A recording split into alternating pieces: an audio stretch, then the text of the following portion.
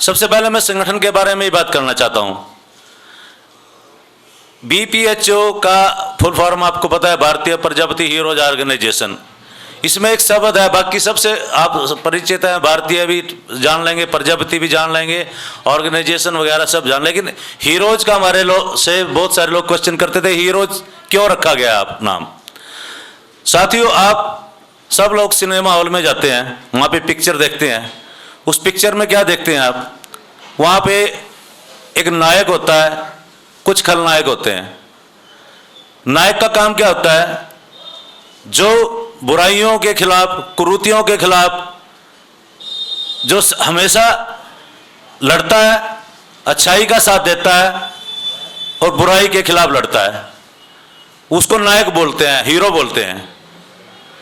तो हमारा जो ये मिशन है, इसका मुख्य उद्देश्य यही है कि जो मेरे समाज में ऐसे व्यक्ति जुड़े हैं जो सामने नहीं आ पाते, अपने आप में, एक मैंने एक लाइन पढ़ी थी, अपने आप में हर एक आदमी एक हीरो होता है, खुद का आइडियल होता है खुद के लिए, लेकिन वो सामने नहीं आ पाता। कई बार सबकी फिल्में रिलीज नहीं होती। बहुत सारे हीरो हैं हमारे समाज में जो समाज के लिए दिन रात निरंतर काम करते हैं। हमारा उद्देश्य यही था, जो वो साथी चाहे किसी गांव में, देहात में, कहीं भी जो काम कर रहा है, वो जो समाज के लिए काम करना चाहता है, उसको उभार के बाहर लेके आना और उनकी एक टीम बनाना, उसी का नाम भारतीय प्रजापति हीरोज ऑर्गेनाइजेशन है। और उसी का गठन हमने 2014 में किया था। आज साथियों, हमारा जो संगठन है सोशल मीडिया के माध्यम से निकला। सोशल मीडिया के माध्यम से हम इकट्ठे हुए। 2014 में हम प्रथम बार सूरत, गुजरात में मिले। उससे पहले हम एक दूसरे को जानते भी नहीं थे।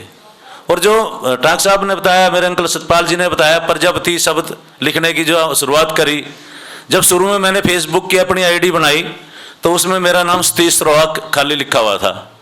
तो मैं देखता था जिसके पीछे प्रजापति लिखा होता था, या मैं गोत्र वगैरह से पहचान लेता था, ये कुमार हो सकता है, मैं रिक्वेस्ट भेजता था। लेकिन मेरी एक साल के बीच में भी 500-700 से ज़्यादा मेरे फ्रेंड नहीं हुए। तो फिर मेरी सत्यनारायण जी से, केडी सिंह प्रजापति, दिनेश प्रजापति जी जो मेरे से पहले अध्यक्ष रहे हैं भोपाल से, और सत्यनारायण जी जो पहले प्रथम बार प्रधान अध्यक्ष बने थे संस्था के, वो तमिलनाडु के हैं, बेसिकली राजस्थान के रहने वाले हैं। और केडी सिंह प्रजापति जी जो हमारे फाउंडर मेंबर हैं, बिजनौर से हैं।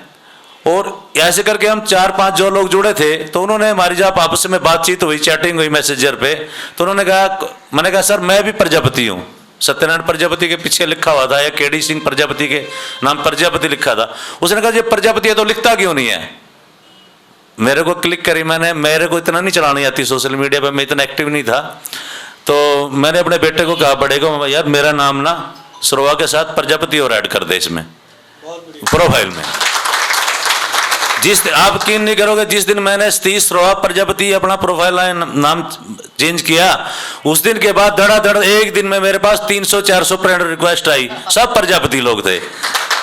उसमें भी मेरे जैसे थे, कुछ लोगों ने लिख रखा था कि कुछ ने नहीं लिख रखा था। अब वही बात मैंने उनको कही जिन्होंने नहीं लिख रखा था, भाई वो बोलता मैं प्रजापति हूं, यार लिखता क्यों नहीं है? तो एक ऐसी शुरुआत बनी जब हमने 2014 में कार्यक्रम किया भिवानी में, उसमें दिसंबर में। उस दिन हमने कहा था भी जनवरी, आगे जो 2015 वर्ष लगेगा वो प्रजापति वर्ष घोषित किया हमने, और एक मुहिम चलाई सारे देश में भी अपने नाम के साथ आप अपना, हम नहीं कहते भी अपनी जो आपकी पहचान स्थानीय नाम पे है। जैसे मेरी इंद्री में अगर मैं जाऊं तो हमारे को सरोवा के नाम से जानते हैं सब, किसी से पूछे सरोवा कहाँ जाना तो छोड़ देगा।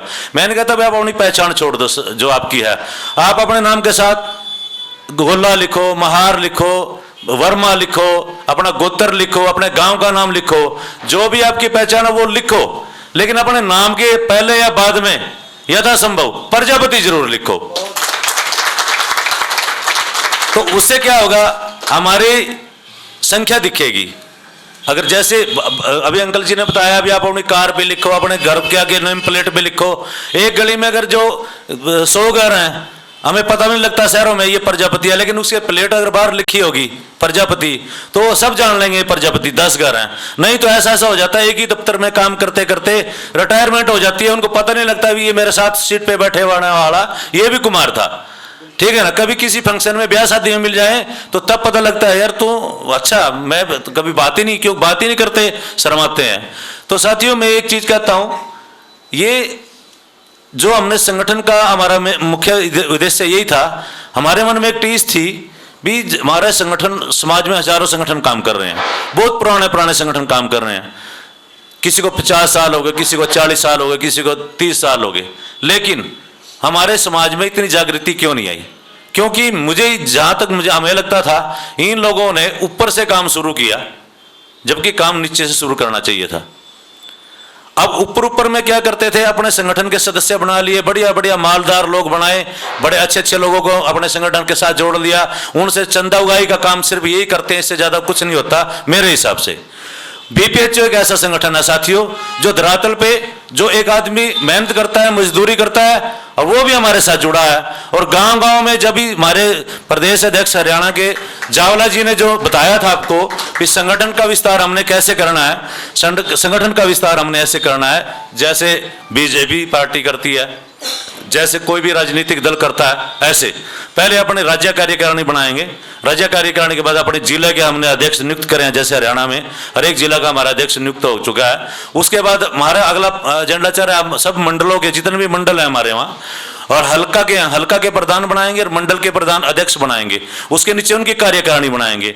और मंडलों में जितने गांव आते हैं, किसी में 20 आते हैं, किसी में 30 आते हैं, जितने उसमें गांव हैं, मान लो मेरे जैसे, मेरे यहाँ मंडलों में 30 के करीब गांव हैं, छोटे गांव हैं, और 30 गांव में से हो सकता है 15 गांव में ही कुम्हार हो, तो हम 15 गांव के हर एक व्यक्ति को अपने संगठन के साथ वहां के कोई ना कोई जिम्मेवारी देकर उसको जोड़ेंगे, ताकि ऊपर से सोशल मीडिया के साथ हम सारे जुड़े हैं, कोई भी मैसेज आए। आपने भीम आर्मी का नाम सुना होगा, भीम आर्मी क्या है, एक दिन में 1 सेकंड में सारा देश जाम कर सकती है, आपने देखा भी है। हम चाहते हैं कि हमारा बीपीएचओ संगठन का ऐसा ढांचा तैयार हो देश में, अगर कोई भी समस्या आए, किसी भी प्रकार की कहीं समस्या है, कहीं कोई धरना करना है, प्रदर्शन करना है, और रोज हमारे समाज में कितने जुल्म होते हैं, कहीं किसी हमारी बहन बेटी के साथ बलात्कार हो जाता है, कहीं किसी के बिना मतलब के मर्डर कर देते हैं, दबंग लोगों द्वारा किया जाता है, हम उसका विरोध नहीं कर पाते और चुपचाप वो मामला ऐसे दब जाता है, कुछ भी नहीं होता उसमें। अगर हमारे संगठन, हमारे पास ऐसा ढांचा तैयार होगा कि हर एक जिला के जो, चाहे उसमें हल्के का तहसीलदार है, चाहे एसडीएम है, चाहे डीसी है, अगर एक आवाज पे हर एक जगह हमारा धरना प्रदर्शन शुरू हो जाए भी वहां पे हमारे साथ ये घटना शुरू हो गई है, तो निश्चित रूप से हमारा समाज की में जो आज का जुल्म होता है, जिसको हम नहीं देख पाते हैं, जो गांव में बेचारा रहता है, जिसकी कोई सुनवाई करने वाला नहीं है, उसको भी ये लगेगा भी मेरा समाज भी मेरा साथ खड़ा है, और वो किसी से डरेगा नहीं, घबराएगा नहीं। और इसी के साथ ही हमारे संगठन का बहुत विस्तृत एजेंडा है, एक ही पॉइंट में हम काम नहीं करना चाहते, चाहे शिक्षा का काम है, चाहे समाज में दहेज प्रथा वगैरह का काम है, ये जो कुरीतियां फैली हुई है, हर एक चीज को हर एक विषय पे हम काम कर रहे हैं। साथियों, आज तक हमें ये नहीं पता था संत गौरवा कुंभार कौन है, श्री यादे माता कौन है, हमारे रामचंद्र शहीद रामचंद्र विद्यार्थी कौन है, क्योंकि हमारे को ना किसी ने बताया, ना हमारे को किसी ने पढ़ाया, ना स्कूलों में शिक्षा दी जाती है। हमारे इतिहास को तो ब्राह्मणों ने या पुरातत्व जो इतिहासकार थे उन्होंने छुपा दिया था। ऐसा तो नहीं हो सकता कि हमारे लोग डरपोक थे या कमजोर थे, सेना में भी होंगे, पुराने राजाओं की सेनापति भी होंगे, हैं, युद्ध भी लड़े होंगे, उन्होंने आजादी की लड़ाई में भी भाग लिया होगा। अभी देखो, जो एक अपने डॉक्टर भीमराव अम्बेडकर जी हैं, उनको एक जाति ने पकड़ लिया, और उसके पकड़ने के बाद वो तिर गए, उसमें सारा आरक्षण उनको मिलता है, सब कुछ मिलता है, और हर उसकी जयंतियां मनाते हैं, उसके लिए बड़े बड़े उन्होंने प्रोग्राम होते हैं उसके नाम से। हमारा समाज का जिन्होंने उस प्रारूप पे, संविधान के प्रारूप पे साइन हुए, जिन्होंने उन पे पूरा सहयोग किया, संत वो अपने डॉक्टर रत्नप्पा कुमार, तो उनके बारे में हमने आज तक जाना ही नहीं, हमें पता ही नहीं तो एक उस कमेटी के सदस्य थे वो। अगर हमारे कुमार सुर को उसका नाम लेके चलते तो आज हम भी जागरूक होते, और जागरूक अपने अधिकारों का हमेशा हमारा कोई शोषण नहीं होता, हमारे हक बिल्कुल सुरक्षित रहते। तो साथियों, ये सारी चीजें लेके हम चलते हैं। हम कोई भी ऐसा विषय नहीं है जिसके ऊपर हम काम करना नहीं चाहते।